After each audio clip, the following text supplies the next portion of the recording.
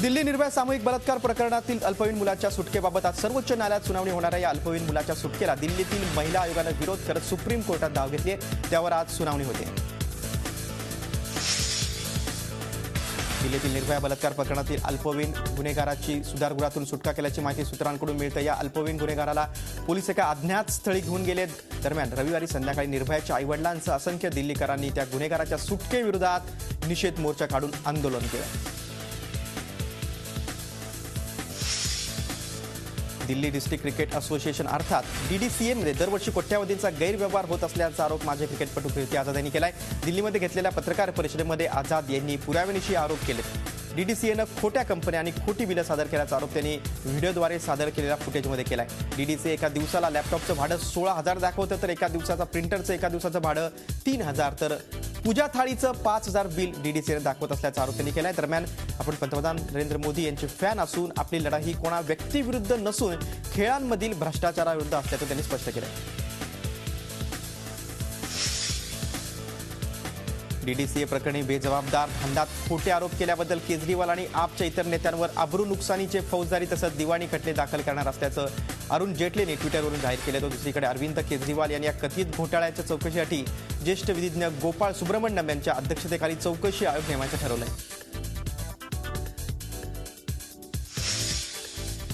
देशातल्या कायद्यांमध्ये पायाभूत बदलासंदर्भातली 6 विधेयकं मंजूर करण्यासाठी संसदेच्या हिवाळी अधिवेशनात सरकारचे कसोशीचे प्रयत्न सुरू आहेत। याच प्रयत्नात आज सरकार दिवाळखोरी विधेयक सादर करेल। यासोबतच 23 तारखेच्या आतच नव्यानं तयार केलेलं GST घटना विधेयक सादर करण्याचे सरकारचा मानस आहे। GST बद्दल साशंकता असली तरी अॅट्रॉसिटी कायद्यातील महत्त्वपूर्ण बदल आणि उरलेली विधेयकं मंजुरी व्हावी यासाठी विरोधकही मदत करतील अशी सरकारला आशा आहे। नॅशनल हेराल्ड प्रकरणी सोनिया गांधी आणि राहुल गांधींना पवारांचा पाठिंबा मिळाला आहे। सुडाचं राजकारण न करण्याचा सल्लाही पवारांनी मोदी सरकारला दिलाय। पंडित नेहरूंनी जे वृत्तपत्र उभं केलं त्यावर गांधी करण्याचा हक्क आहे आणि त्यावर आता उभा राहिलेला वाद निरर्थक असल्याचं पवार यांनी म्हटलंय। पुण्यात राष्ट्रवादी काँग्रेसच्या वतीनं शरद पवार यांच्या कृतज्ञता सोहळ्याचं आयोजन करण्यात आलं होतं। त्यावेळी झालेल्या सत्काराला पवारांनी उत्तर दिलं, त्यावेळी हे मत व्यक्त केलं। एक आंतरराष्ट्रीय दर्जाची महिला कराटेपटू सध्या रस्त्यावर चहा विकून आपली गुजराण करते। हे ऐकायला भयंकर असलं तरी ते सत्य आहे, वास्तव आहे। वंदना सूर्यवंशी असं या कराटेपटूचं नाव आहे। ती मध्य प्रदेशातल्या भोपाळमध्ये गेल्या 3 वर्षांपासून चहा विकते। यातून वेळ काढून वंदना कराटेचे धडे देते। विशेष म्हणजे तिच्याकडे येणाऱ्या गरीब मुलांना ती कराटेचं प्रशिक्षण कुठले पैसे न घेता शिकवते। मात्र आपल्या गुणांचं चीज झालं नसल्याची खंत तिच्या मनात आहे।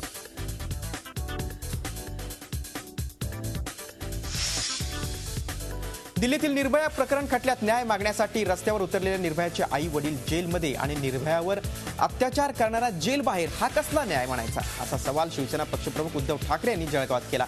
देशाचा गाडा असाच चालणार असेल तर गोरगरीब जनतेनं कुणाकडे पाहायचं असा सवालही उद्धव ठाकरेंनी केला। जळगाव जिल्ह्यात आत्महत्या वाढतायत शेतकऱ्यांच्या, पण त्या कमी दिसाव्यात म्हणून शासन ही प्रकरणं अपात्र ठरवत असल्याचा आरोप उद्धव ठाकरे यांनी केलाय। जळगावात आत्महत्याग्रस्त शेतकऱ्यांच्या कुटुंबियांना मदत करण्यासाठी आयोजित करण्यात आलेल्या मेळाव्यात उद्धव ठाकरे बोलत होते। कार्यक्रमाआधी उद्धव ठाकरे आणि शिवसेना आमदारांची बैठक अजिंठा विश्रामगृहात झाली। या बैठकीत नाशिक, जळगाव, धुळे, नंदुरबार जिल्ह्यातल्या दुष्काळी परिस्थितीचा आढावा घेण्यात आला। दुष्काळाच्या झळा सोसणाऱ्या उत्तर महाराष्ट्रात कालपासून शिवसेनेचे मंत्री फिरत आहेत। विधान परिषद निवडणुकीच्या पार्श्वभूमीवर शिवसेना भाजप नगरसेवकांची संयुक्त बैठक पार पडली। रामदास कदम यांनी ही बैठक बोलावली होती। या बैठकीला भाजपचे नेते आशिष शेलार उपस्थित होते।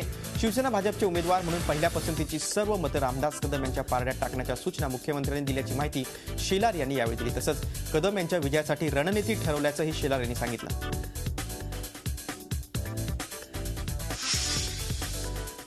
गँगस्टर अश्विन नाईकला रंग्यात खंडणी घेतल्याप्रकरणी अटक करण्यात आली आहे। बिल्डरकडून 15 लाखांची खंडणी घेतल्यानं त्याच्यावर ही कारवाई करण्यात आली आहे। मुंबईतील त्याच्या घरातून त्याला पोलिसांनी अटक केली।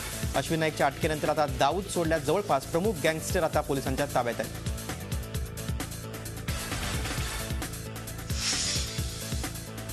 मुंबईमधल्या कुर्ल्यातला लहान गहाण त्याची आई अंबरनाथला एका नातेवाईकाकडे आले होते। या चिमुरड्याची आई प्लॅटफॉर्म क्रमांक 2 क्रॉस करून प्लॅटफॉर्म क्रमांक 3 वर गेली होती। मात्र हा मुलगा प्लॅटफॉर्म क्रमांक 2 वरच आपल्या आईला शोधत होता। आपली आई 3 नंबर प्लॅटफॉर्मवर असल्याचं समजता तो तसाच खाली उतरून रेल्वे रूळ ओलांडून पलीकडच्या प्लॅटफॉर्मवर गेला। मात्र त्या प्लॅटफॉर्मची उंची जास्त असल्यानं त्याला वर चढता येत नव्हतं आणि त्याच वेळेस कर्जतहून CSTला जाणारी लोकल या रुळावरून वेगाने येत होती। मात्र हा चिमुरडा समोरून येणाऱ्या लोकलच्या खाली सापडेल हे समजताच या ठिकाणी असलेल्या एका बहादूर प्रवाशानं आपल्या जीवाची पर्वा न करता त्याला वाचवलं आणि ही सगळं थरारक दृश्य ही सीसीटीव्ही कॅमेऱ्यात कैद झाली.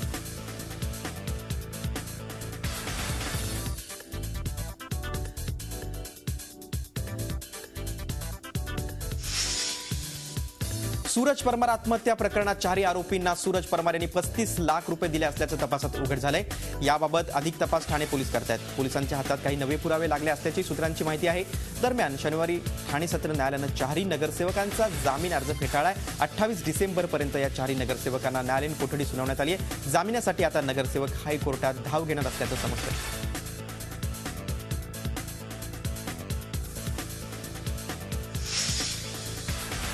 समृद्ध जीवन समूहाचे महेश मोतेवारांना केंद्रीय सहकार मंत्रालयानं दणका दिलाय. सहकार मंत्रालयानं कंपनीचं खातं सील करण्याचे आदेश दिलेत. सहसचिव आणि केंद्रीय निबंधकांनी 12 बँकांना समृद्ध जीवनची सर्वच्या सर्व बँक खाती सील करण्याचे आदेश दिलेत. सेबीनं बंदी आणलेली असताना गुंतवणूकदारांचे 525 कोटी हडपल्याप्रकरणी ही कारवाई करण्यात आली आहे. सेबीनं याआधीच याबाबत गुन्हा दाखल केलाय. आर्थिक गुन्हे अन्वेषण विभाग याबाबत विशेष तपास करत आहे. सांगली जिल्ह्यातल्या इस्लामपुरात डॉक्टर दाम्पत्याच्या निर्गुण हत्येनंतर एकच खळबळ उडाली आहे. डॉक्टर प्रकाश कुलकर्णी आणि डॉक्टर अरुणा कुलकर्णी असं या दाम्पत्याचं नाव आहे. धारदार शस्त्रानं वार करून डॉक्टर कुलकर्णी दाम्पत्याचा खून करण्यात आलाय.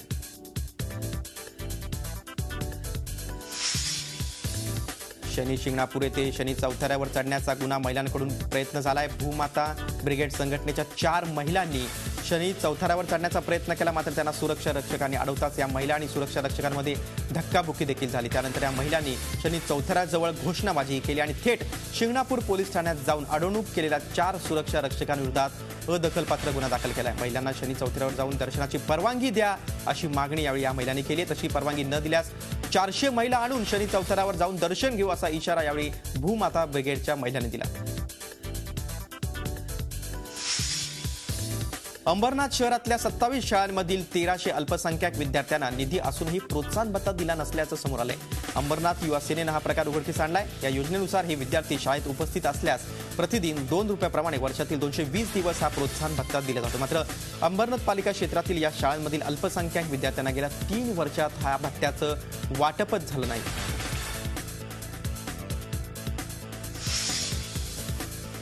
शाळेतील मुलांनी मैदानी खेळात रस दाखवावा यासाठी शालेय शिक्षण विभाग सरसकट 10 मार्क्स विद्यार्थ्यांना देण्याचा विचार करत असल्याचं शिक्षण मंत्री विनोद तावडे यांनी सांगितले. विद्यार्थ्यांनी आठवड्यातून 5 दिवस किमान काही तास मैदानी खेळ खेळले तर विद्यार्थ्यांना अधिक मार्क्स देण्याबाबत शिक्षण विभाग विचार करीत असून याबाबत पुढच्या काही दिवसात अंतिम निर्णय घेऊ असंही तावडे यांनी सांगितले. ते पार्ले महोत्सव कार्यक्रमात बोलत होते.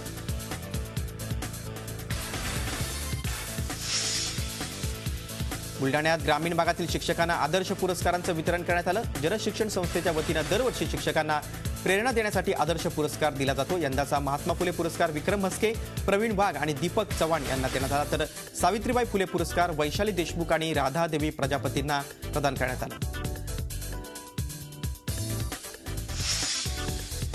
राष्ट्रवादीचे अध्यक्ष शरद पवार यांच्या हस्ते पिंपरी चिंचवडमध्ये ज्येष्ठ लेखक फमू शिंदे यांच्या पुस्तकाचं प्रकाशन करण्यात आलं.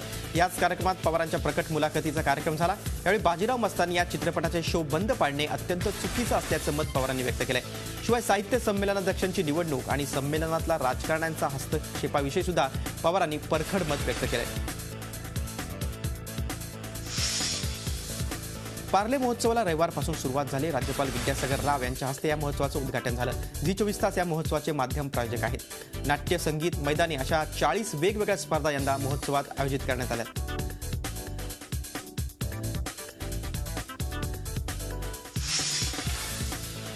मराठी नाट्यविश्वातील अजरामर नाटक नटसम्राट आता मोठ्या पडद्यावर येतंय. यात महत्त्वाची भूमिका नाना पाटेकर साकारतात. विवा शिरवाडकर यांचं सुप्रसिद्ध नाटक नटसम्राट याआधी मोठ्या पडद्यावर येतंय. नुकताच या सिनेमाचं पोस्टर रिलीज करण्यात आलंय. दिग्दर्शक महेश मांजरेकर यांनी दिग्दर्शित केलेला हा चित्रपट केवळ 36 दिवसात पूर्ण करण्यात आलाय.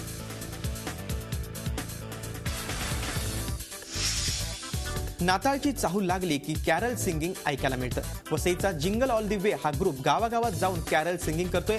45 जणांच्या ग्रुपमध्ये विद्यार्थी आणि नोकरी करणारे तरुण देखील आहेत. कॅरल सिंगिंगच्या माध्यमातून हिरव्या नाताळचा संदेश ते ग्रामस्थांना देत आहेत. पर्यावरण बचावाचा संदेश देश हा ग्रुप रोज संध्याकाळी गावोगावी फिरतोय. दररोज 3 ते 4 शो हे तरुण करत आहेत. ग्रामस्थही त्यांना उत्तम प्रतिसाद देत आहेत.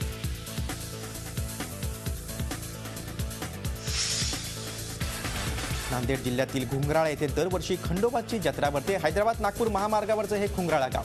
या गावाशेजारी मोठी टेकडी आहे. या टेकडीवर खंडोबाचं पुरातन मंदिर आहे. या मंदिरावर पंचक्रोशीतल्या गावकऱ्यांची मोठी श्रद्धा आहे. डिसेंबर महिन्यात इथं दरवर्षी खंडोबाची मोठ्या प्रमाणात यात्रा भरते.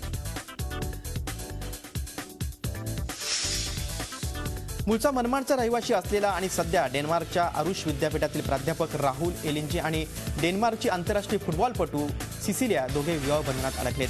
राहुल एलिंजे हा 10वीत इंग्रजी विषयात नापास झाला. पुढे कठोर परिश्रमानं इंग्रजी विषयामध्ये प्रभुत्व मिळवत डेन्मार्कच्या केपनहेगन इथल्या आरुष विद्यापीठात इंग्रजीचा प्राध्यापक झाला. विशेष म्हणजे या डेन्मार्कमध्येच त्याची ओळख सिसिलियाशी झाली आणि मनमाड इथं ते दोघंही विवाह बंधनात अडकले.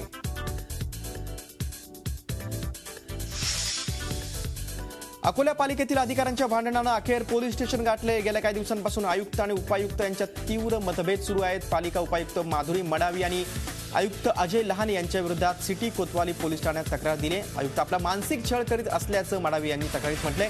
आपल्या जीवाचं काही बरं वाईट झालं असल्याला आयुक्तच जबाबदार असतील असे त्यांनी तक्रारीत म्हटले. पोलिसांनी त्यांच्या तक्रारीची चौकशी सुरू केली. मडावी यांच्या कामावर ठपका देऊन त्यांच्याकडील उपायुक्त पदाचा कार्यभार आयुक्तांनी काढून घेतला होता. मात्र माधुरी मडावी यांची कर्तव्यदक्ष अधिकारी म्हणून ओळख आहे. याबाबत आयुक्तांना विचारलं असता त्यांनी काहीही बोलण्यास नकार दिला. योगेश गोरले या नागपुरातील वकिलाचा दुसऱ्या लग्नाचा डाव त्याच्या पहिल्या पत्नीनं हाणून पाडलाय. योगेश नागपूरच्या उच्च न्यायालयात वकिली करतो. अकोल्यातील तुषार हॉटेलमध्ये योगेश दुसरं लग्न करणार असल्याची माहिती त्याची पत्नी प्रीती आणि कुटुंबियांना मिळाली. त्यांनी पोलिसात त्याची तक्रार दिली आणि पोलिसांचं हॉटेल गाठलं. मात्र याची माहिती मिळताच योगेश विवाहस्थळी आलाच नाही. त्यामुळे दुसरं लग्न करण्याचा योगेशचा डाव अर्ध्यावरच मोडला. 2010 साली योगेशचं प्रीतीसोबत लग्न झालं होतं. त्यांना एक मुलगाही आहे. अकोला आणि वाशिम जिल्ह्यातून आलेल्या कर्णबधीर मुलांनी भाषण, नृत्य आदी कलागुणांनी उपस्थितांची मनं जिंकली. यावेळी पालकांनाही मार्गदर्शन करण्यात आलं.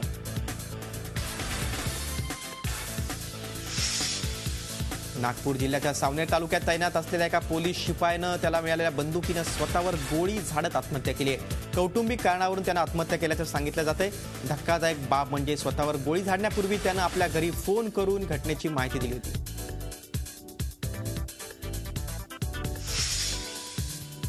हिंगोली जिल्ह्यात माळसुळे रेल्वे स्टेशन परिसरात रेल्वे खाली येऊन 2 चिमुरड्यांचा दुर्दैवी मृत्यू झाला. या अपघातामुळे गावात शोककळा पसरली आहे. सोहम आनंद भिसे आणि रोहन सावंत असं मृत्युमुखी पडलेल्या मुलांचं नाव आहे. हिंगोलीवरून इंटरसिटी एक्सप्रेस वाशिमच्या दिशेने निघाली असता हा अपघात झाला.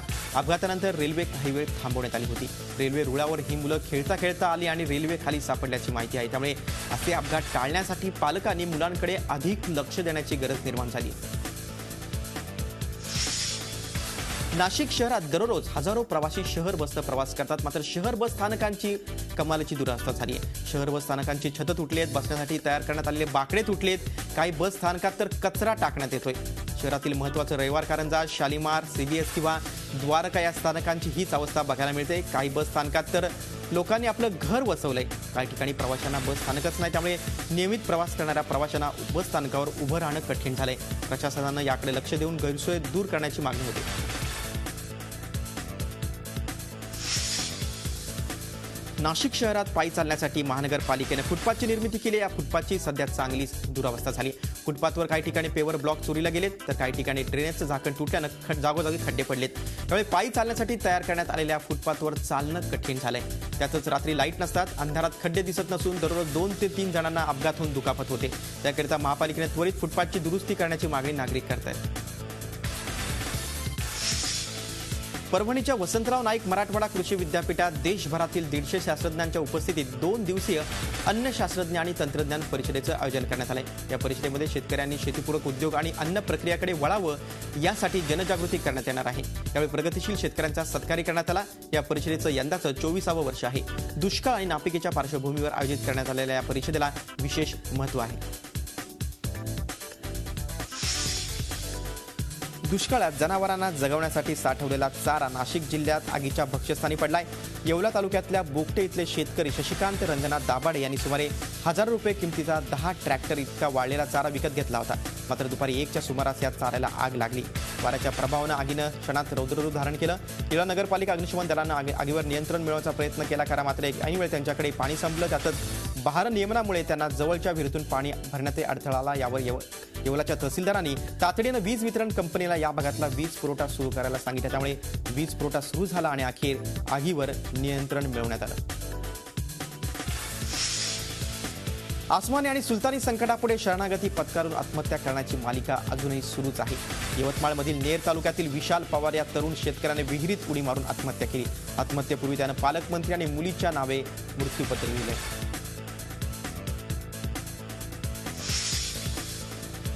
देशात डॉक्टरांवरील वाढते हल्ले रोखण्यासाठी शासन स्तरावर प्रयत्न होत असले तरी याबाबत जनतेत जागृती होणे गरजेचं आहे। यासाठी निवासी डॉक्टरांची माड संघटना आणि हार्ले डेव्हिडसन बाईक क्लब यांच्या वतीनं बाईक रॅलीचं आयोजन मुंबईत करण्यात आलं होतं। पुणे मुंबईतील सुमारे 150 बाईकर्स हार्ले डेव्हिडसन गाड्या घेऊन रॅलीत सहभागी झाले होते।